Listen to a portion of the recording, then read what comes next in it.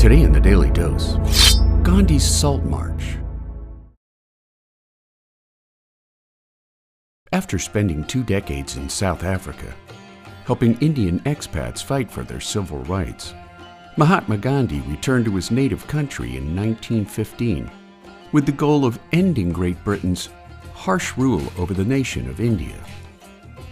Looking for ways to defy British authority, Gandhi focused on Britain's Salt Act of 1882, which prohibited the sale or collection by Indians of one of their national staples, creating a heavily taxed monopoly on the production and sale of salt throughout the Indian subcontinent.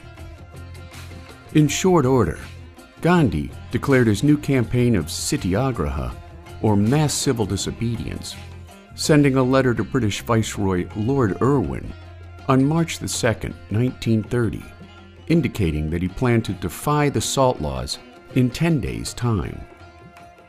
Departing his ashram at Sabarmati with several dozen followers on March 12th of that same year, Gandhi began his 240-mile trek to the coastal town of Dandi on the Arabian Sea, addressing large crowds as he went that saw an increasing number of Indians join in his salt satyagraha, which exploded to over 10,000 protesters by the time he reached Dandi on April 5th.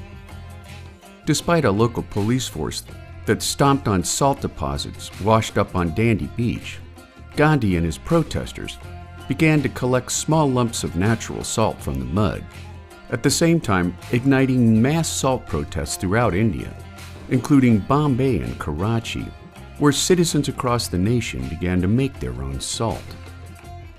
More than 60,000 Indians were arrested because of Gandhi's salt protest, including Gandhi himself on May 5th. Later released from prison in January of 1931, during a meeting with Lord Irwin, Gandhi agreed to call off his salt satyagraha in exchange for a negotiating role in an upcoming London conference on India's future. Traveling to England for the conference, Gandhi saw little progress toward Indian independence. However, his presence united British leaders on the notion that Gandhi was a force not to be suppressed or ignored. India finally gained her independence in August of 1947, just 6 months before Gandhi was assassinated by a Hindu extremist, making Gandhi's Salt March a groundbreaking milestone in nonviolent civil disobedience. And there you have it, Gandhi's Salt March, today on the Daily Dose. If you enjoyed this short educational video, consider giving the filmmakers a YouTube super thanks from as little as $1, so that you too can feed the filmmakers who feed your brain.